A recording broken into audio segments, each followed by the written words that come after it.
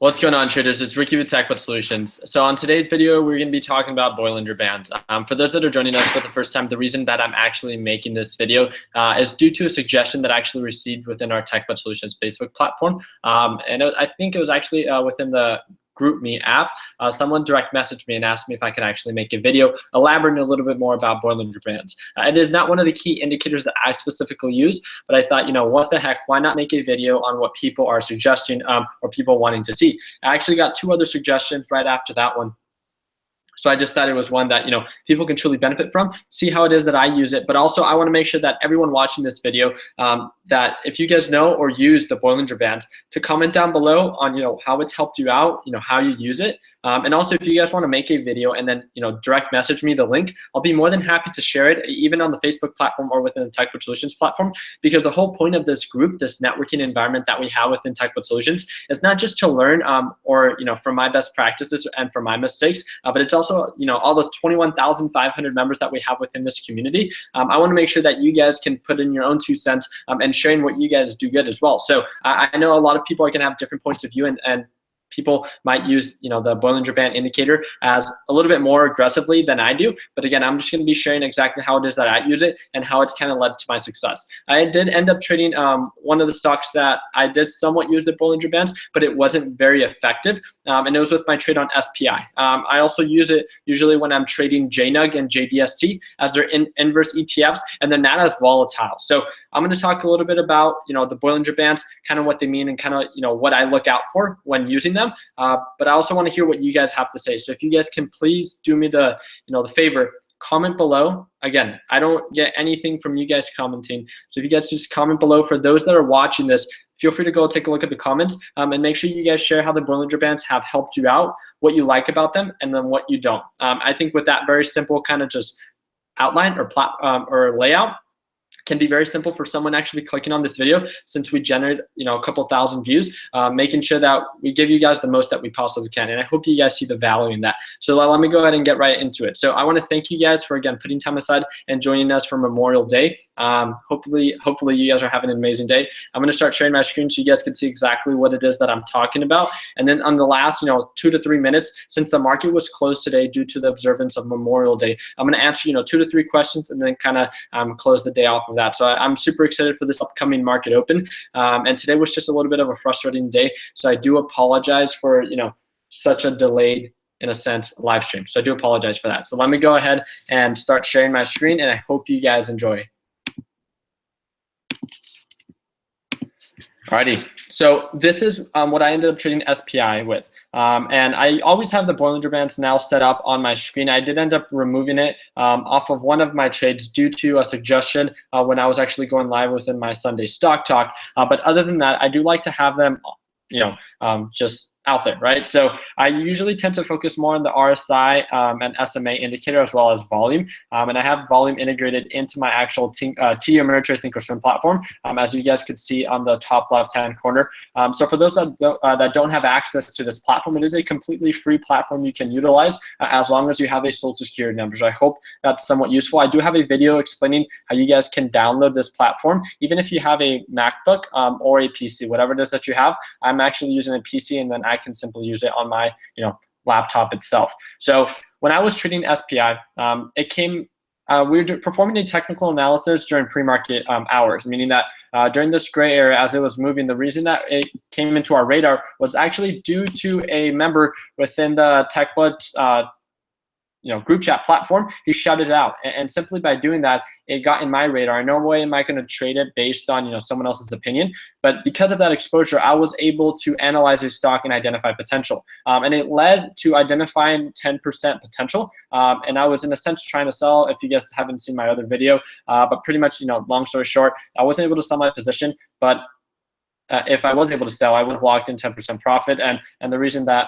I wasn't able to sell was Robinhood like restricted my account, didn't allow me to sell my position until later on, just because of the high volatility within that stock. But overall, let me go ahead and get a little bit closer. So the reason that this one came into our radar was because of the huge rise that it had, right? So from 46 cents all the way to $2.47. So what does this tell you? Well, obviously it's seen a lot of momentum and a lot of hype, and this was the day before. Now during aftermarket hours, it started seeing a downward trend, and it continued to see a downward trend all of Monday. But again, none of this happened. So why was I using the Bollinger Bands, and why was it important?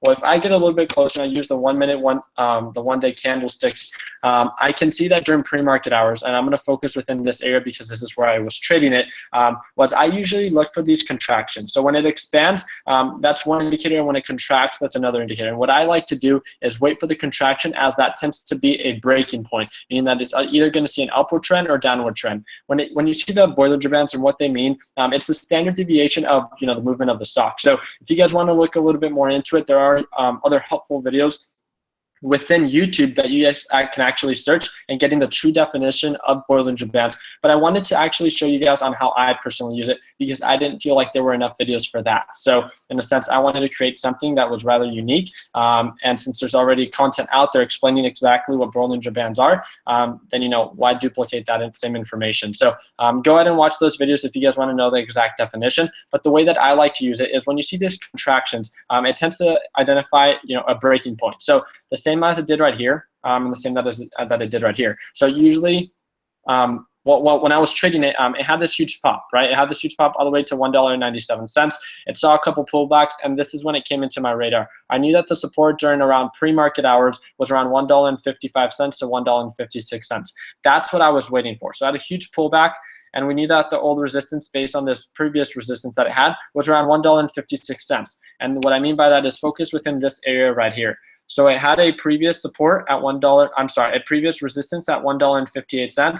It saw the spike and then started seeing a downward trend, and it set its support at $1.56. So the resistance, the old resistance, became almost the new support. And that's something that we see very often. Now, how did the Bollinger Bands come into play when trading this? Well, they really didn't. It really expanded after this contraction during pre-market hours, as you tend to see very often when the market opens, because of the increase in volume and volatility that you see once the market opens. Now, when it actually came to me, jumping in, I ended up jumping in at $1.60. And the reason I did that was because that's what I validated as a solid support. So when it broke above $1.60, I decided to jump on in, and I knew that the resistance was going to be around $1.75 to $1.77 due to the old resistance right here. Now, the way that you can utilize the Bollinger Bands to get a better indication if it's a good sell or a good buy is when it bounces or when it hits its peak. And what I mean by that is the Bollinger Bands tend to do a pretty good job identifying, a pretty solid support. So what I mean by that is when it drops below, as you guys can see, this purple, in a sense, line, right? Purple Bollinger Band. It drops below the support that it previously had at $1.56, and it drops pretty heavily. So it drops, has a pullback, and then starts to rise.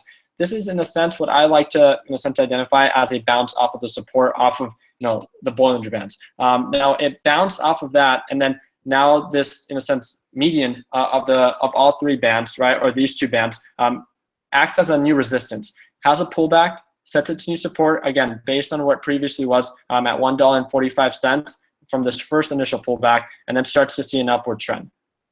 And what I saw was that as it continued to see a downward trend, that once it set its support at $1.56, I waited for the break above 160. That's when I decided to jump on in, and I used the top part of the Bollinger Band to identify as a resistance. I tend to focus, again, a little bit more on the RSI indicator and the SMA, as it indicates, where a more secure buy is and when you're seeing upward momentum, and that's what I like to focus on. But another way that I like to use the Bollinger Band is to identify more of a support and a resistance to, in a sense, give me another indicator to validate whatever support or resistance, I'm trying to identify, if that makes any sense. So I identified the support that was going to be around $1.60 and the resistance at $1.75. So this was my support. So let me go ahead and draw it here.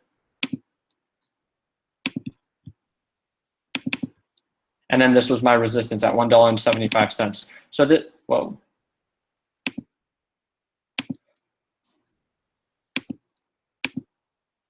All right, support resistance. That's what I indicated, and that's what I was talking in the Tech About Solutions group chat, and that's what I was mainly focusing on. Although the Bollinger Bands didn't have an enormous impact on my trade with SPI, it is a pretty good indicator that you can utilize when it comes to identifying or using a different indicator to validate the support or resistance that it is that you're choosing to invest in. I guess since SPI is a little bit more of a true penny stock, JNUG would be a better example on, the contraction and expansion. Actually, let me go to AMD. The reason I wanted to talk about AMD was because of that huge drop that it had. So if we go 20 days back, I'm not too sure if you guys remember, after AMD did not hit its Q1 or Q2 reports, it had a huge pullback from $13.75 all the way down to about highs of $9, right? Set its support, but what I want you guys to focus on is this expansion that it had, right? Instead of this contraction that it had right before this huge expansion, this is what we call like the breaking points. And in doing that, once it ended up breaking,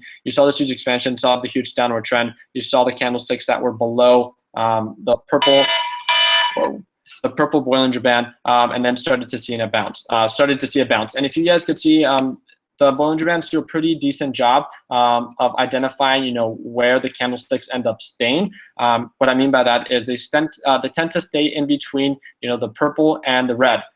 Upward momentum, or good indicator that it's showing a good upward trend, is when they stay between the blue and the red. At least based on when I've used it before, especially when trading AMD. And what I mean by that is if you guys focused on AMD and when it's continued to see an upward trend, you tend to see that it tends to hold pretty well, if not bounce at this blue line. It has gone below the blue line and then bounces at this purple line, and then starts to see an upward trend, hits its resistance. Again, it goes above the red Bollinger Band, and that identifies a good sell. Again, it comes back down, has a little pullback, bounces on the blue Bollinger Band, and does the same thing. But again, shows a solid indication of upward momentum. I don't find these to be, in a sense, extremely useful when it comes to my style of trading, as my style is a little bit more technical. But it's definitely another indicator that I've been able to utilize to get a better understanding on my support and my resistance, and when I'm getting in at a good buy, that it makes sense. In no way do I want to make sure, in no way do I want you guys to mimic the style that I specifically trade or use Bollinger Bands, because it is not a key indicator that I use. But I just thought that since I don't always use this specific indicator, doesn't mean that I can't make this video in talking about it, but I wanted to make sure that I can use the following that actually knows how to use it, because I was talking to an actual trader within Tech About Solutions that was telling me exactly how he uses it and how he's been so successful when using the Bollinger Bands.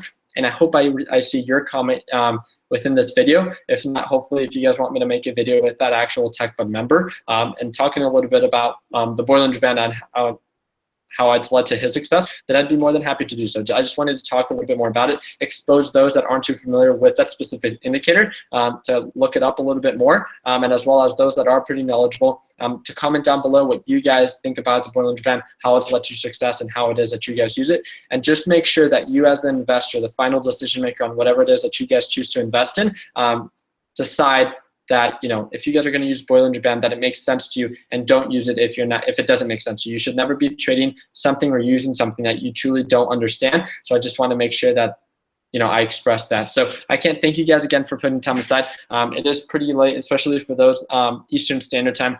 Other than that, the link is provided for you down below if you guys want to join Tech About Solutions. I'm extremely pumped, just like I said before, for the market open that we're going to see tomorrow morning. So